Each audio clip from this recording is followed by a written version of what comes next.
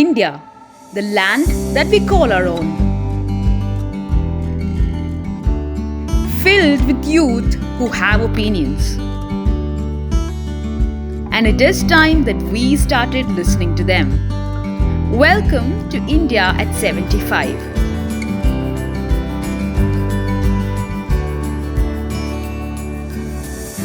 Hello everyone, I am Nidishwar, 6th standard A section. I am studying in Santana Vidyalaya Senior Secondary School, CBSE, Trichy 8.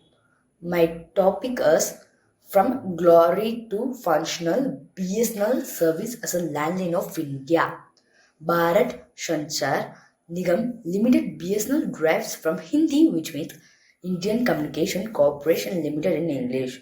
BSNL is a government-owned telecommunication service provider headquarters in New Delhi, India. It is under the ownership of Department of Telecommunication, Ministry of Communication, Government of India. It was incorporated on 1st October 2000 by the Government of India. It provides total tele service such as landline, mobile, voice and internet service throughout its nationwide telecommunication network across India. It is the largest government-owned wireline telecommunication network service provider.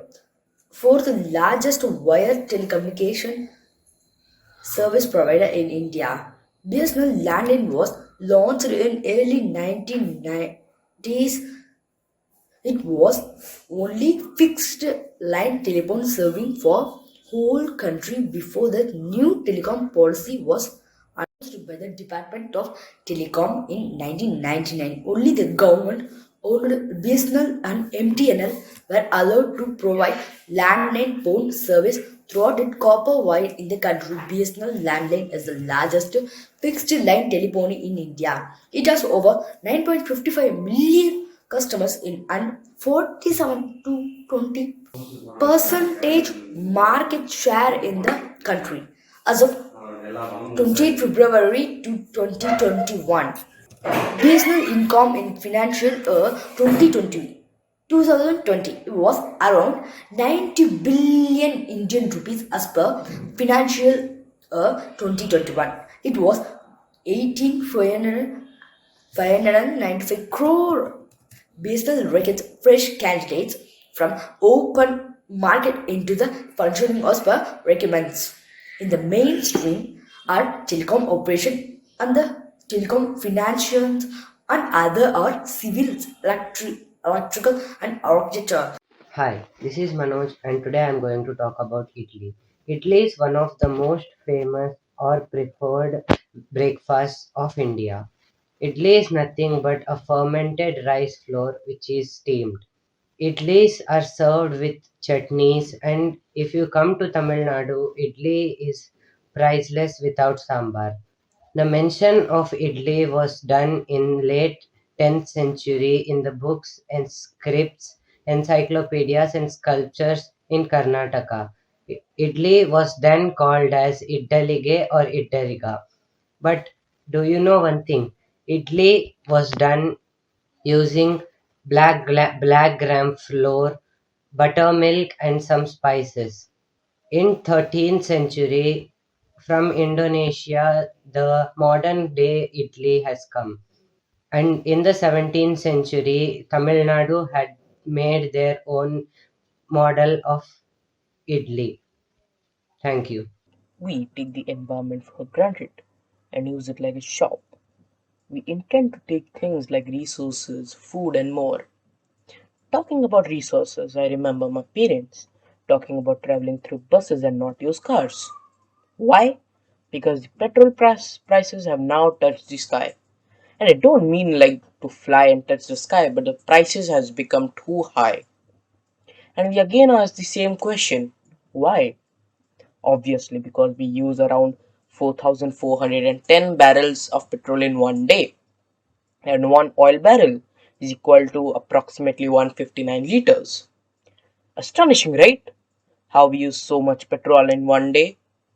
Now, leaving petrol, I was watching TV and I switched to a news channel where it said coal crisis. I started digging up the news and learned in October the country had only an average of 4 days of coal. which was the lowest in years. While in school, I was learning India was the world's second largest importer of coal. After all these years, how many people have taken any actions? Most of them could have just ignored the news and lived their healthy and happy life. But do they ever think about the next generation? We have already started lacking resources. And do you think there will be plenty to use for the next generation? Fuel in the modern era is as important as food as shelter. It is used to run appliances, industries, and automobiles, becoming an essential cog in our ecosystem. India is one of the fastest developing countries in the world, and fuel is an essential resource for the development. This year, mining has been one major problem as well. There have been problems in acquiring land for new mines and delays in government approvals. And as India is a corrupted country, illegal mining has now made environment degradation worse. Electricity generated by thermal power plants add up to 71% of the total power generation in the country. The shortage of fossil fuels like coal and petroleum is understandably a big crisis. I have some steps that we can take to prevent this from happening. Number 1. Reducing oil, mineral, and material consumption. Let's start using electric vehicles for example, as they don't take petrol and diesel to work. Number 2. Modern use of renewable resources. Resources like solar and wind power can be utilized more to reduce the dependency on fossil fuels. Put modern era control systems in place to manage production in ways that reduce or eliminate waste and ensure minimal use of scarce resources. Number 4. Education and spreading awareness. If we spread awareness, people will know and start taking these steps. Number 5. Controlling deforestation. With these in mind, let us wrap up and hope to see plenty of resources for the next generation. Thank you. Let food be the medicine and medicine be the food. Hello there. Myself, I am Moksha of class 6 from Kendra High School, Bangalore. My today's topic is why India will always be loved for its food diversities. As everybody knows, India is known for its diverse religion, language, culture, and so on, and even for food.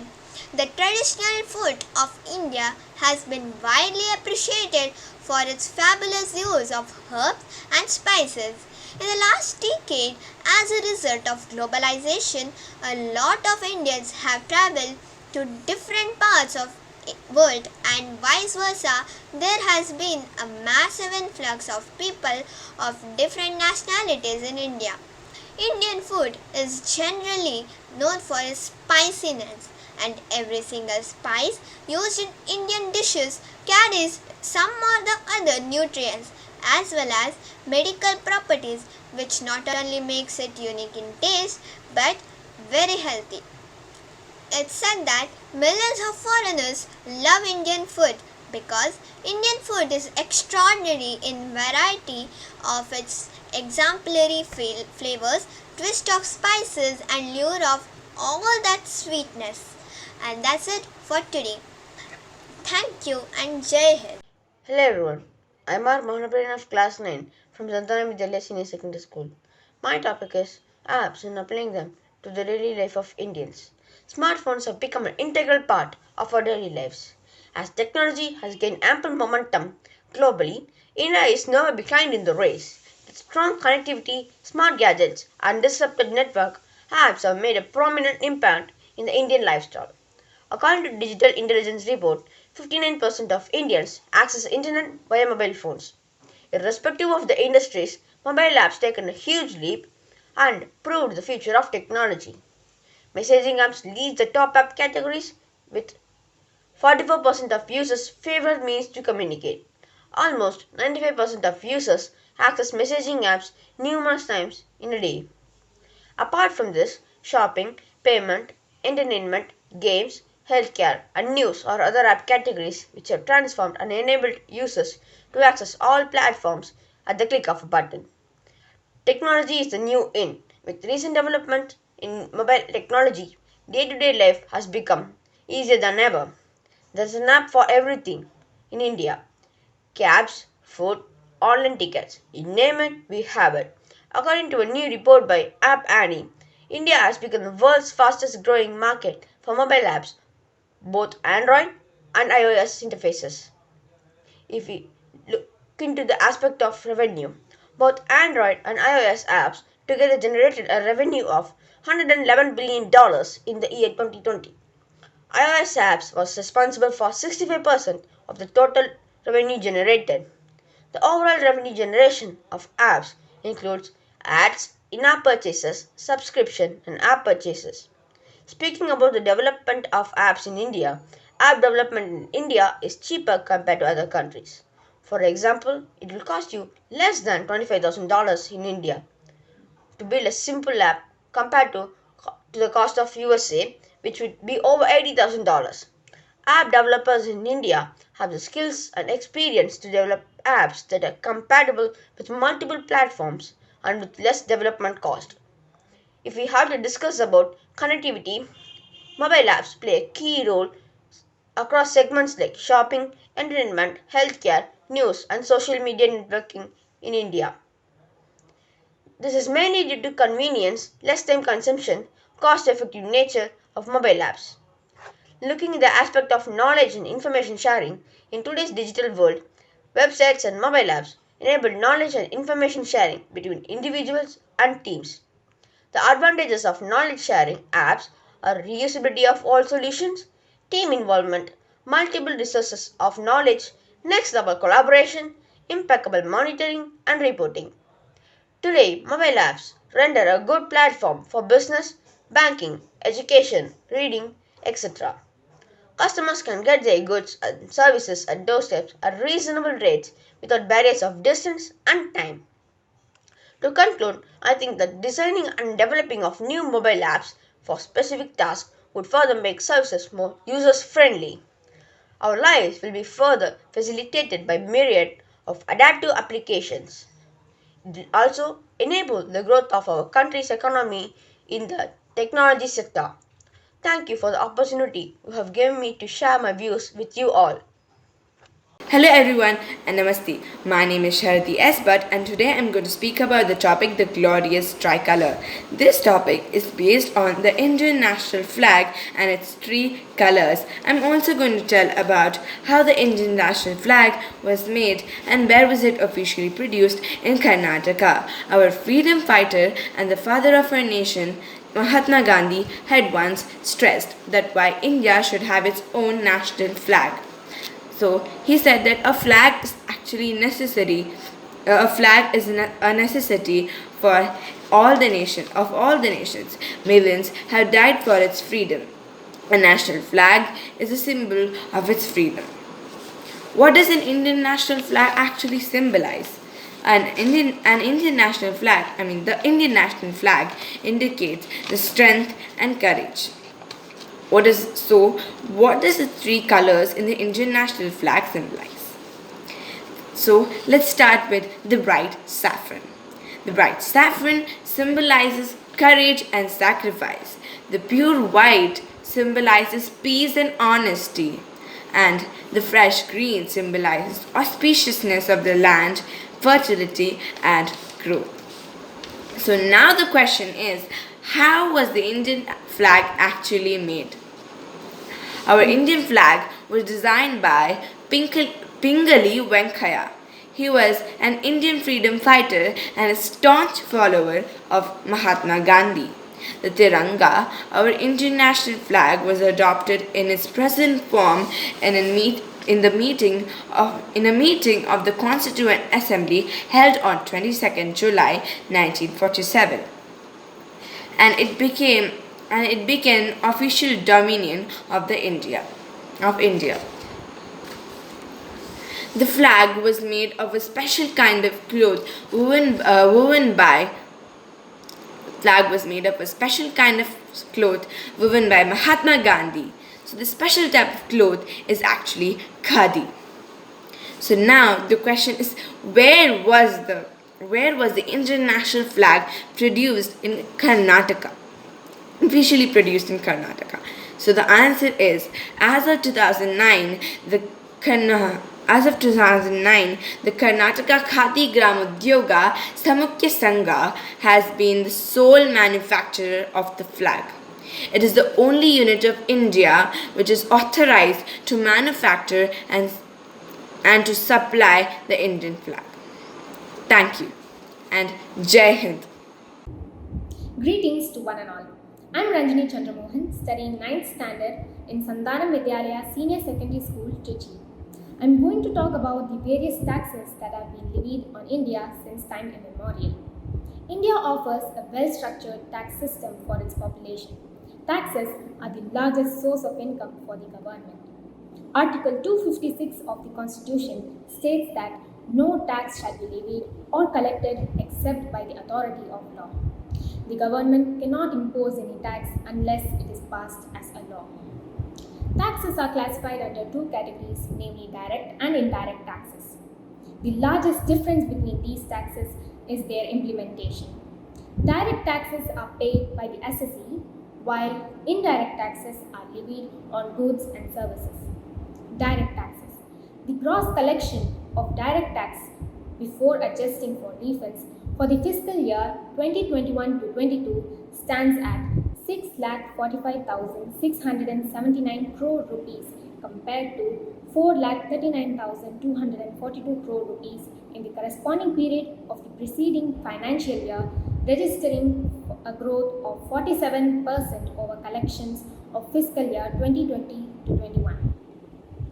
Do you know the top states in paying the highest amount of direct taxes?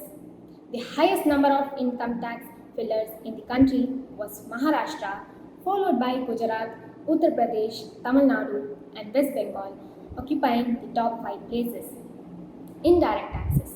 There are 7 types of indirect taxes. They are value added tax, excise duty, customs duty, service tax, stamp duty, entertainment tax, and securities transaction tax. Customs collection in the current fiscal is budgeted at 1.36 lakh crore rupees, excise duty at 3.35 lakh crore rupees. Besides, centre's GST revenues, including compensation cess, are pegged at 6.3 lakh crore rupees. What about the indirect taxes? Which state pays the highest revenue? Again, Maharashtra stands the first. In fact, Maharashtra's GST collections are the main revenue earner for the state government. We are now aware of the types of taxes. But for what are they used? And in which sector are they used the most? You will be surprised to note that almost 1/4, that is 23.31% of the total government expense, is spent on interest payments alone.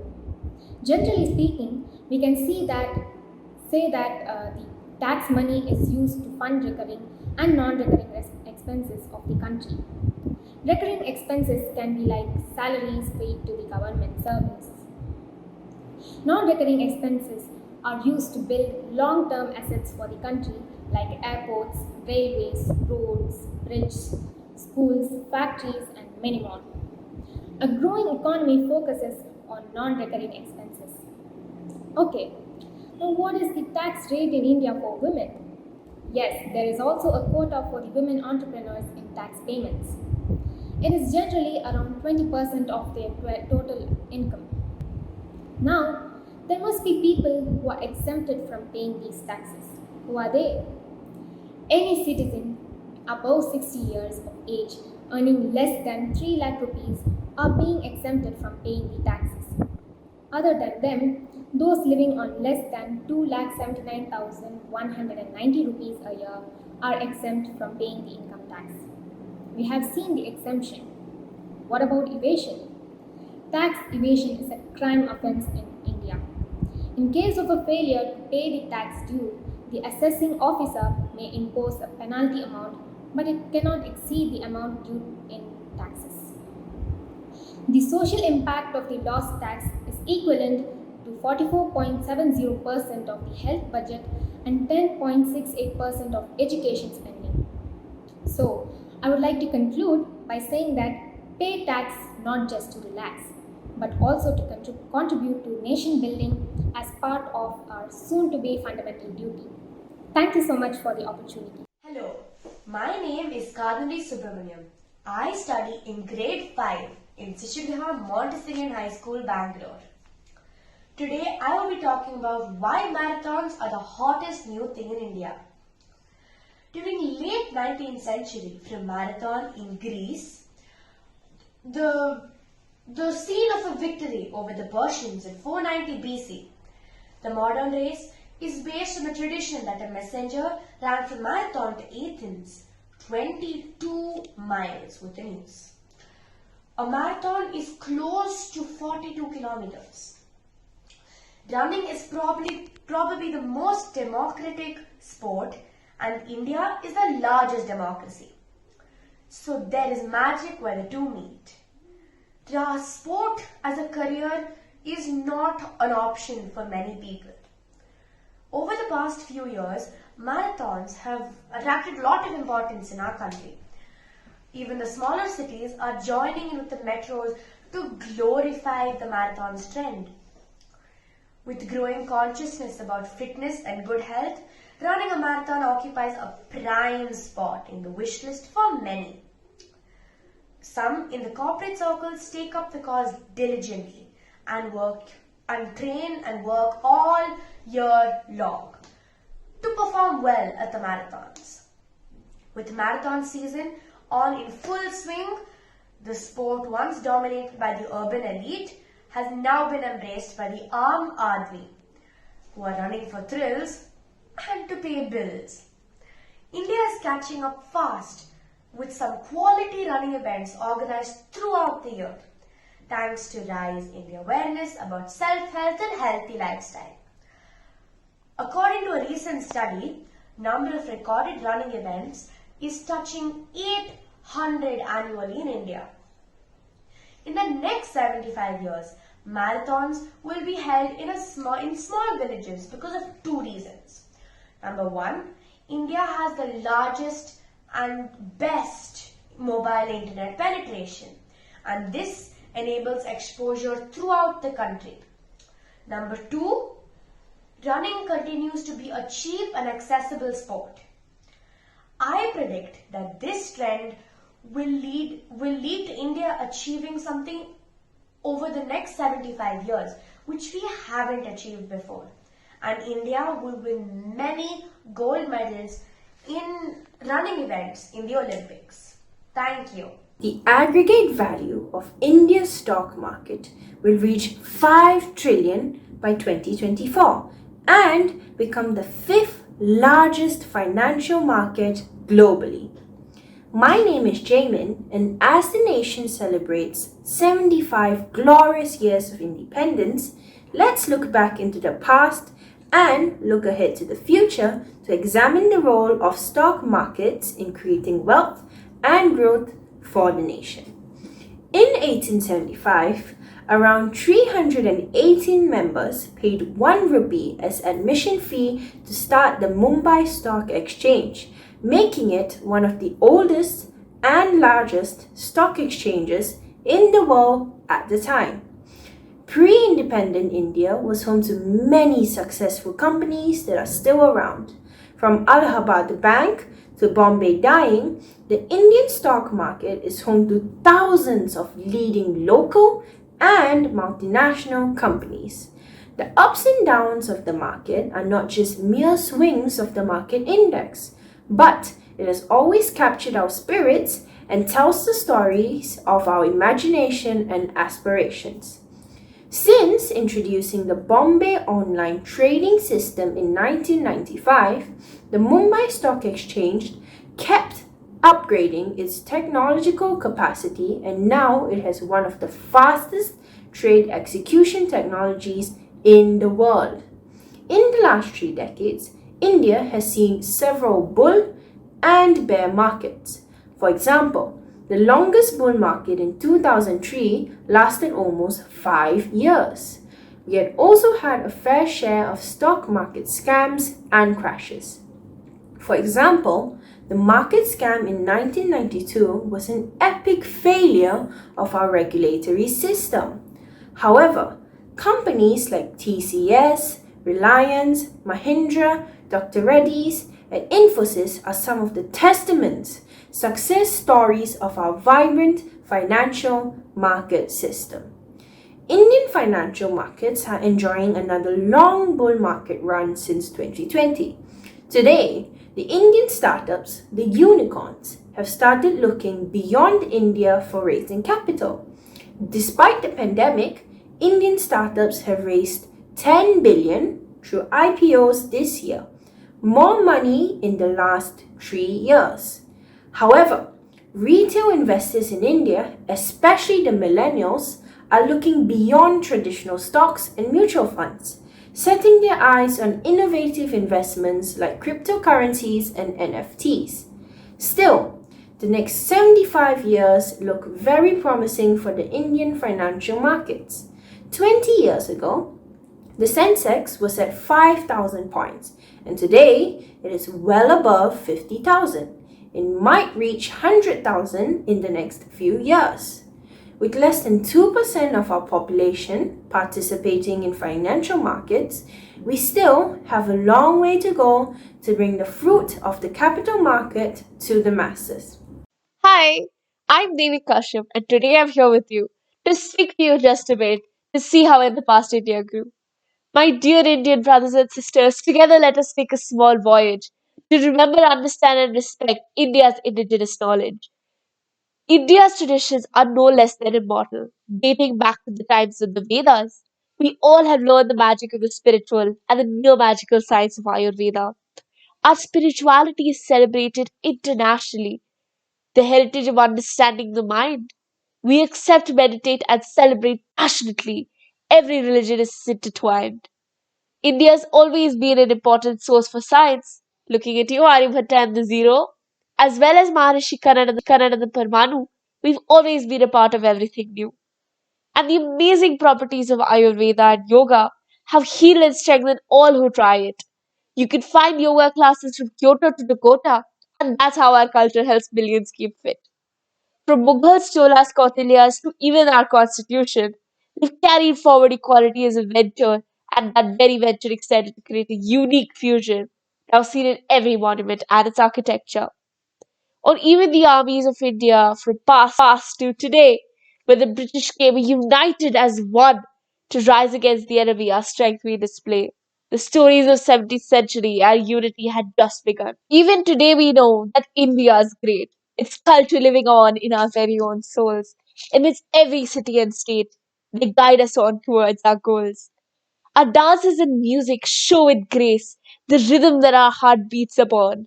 Our past has held a special place in each of our hearts. Our tradition lives on. We Indians are a band of linguists ranging in 29 states and 8 UTs, and the list of languages is a lengthy list and can reach hundreds with ease. From Kashmir to Kanyakumari, perhaps I can find the several ways one can tie a simple cloth, a sari, and look fabulous always. India is like a Sone ki chidiya, a bird, and those who caged her we do despise. But now that Sone ki chidiya has stirred, and now as a phoenix it shall rise. And as this bird is slowly growing free, we look out and search for our faces. Around the world, we increasingly see Indians making their place in high places. What we used to call jugaad is now guiding us, our indigenous innovation opening doors. To our phoenix we look towards with trust, and India's phoenix will hear the applause. Just the way Aryabhatta discovered the zero, we will lead forward the world's development. India's culture will be tomorrow's hero. The phoenix is now in its element. I'd like to conclude with many a word that whence towards our goals we are focused, we will cry out loud to the world, I am Indian, I am to be noticed. Thank you.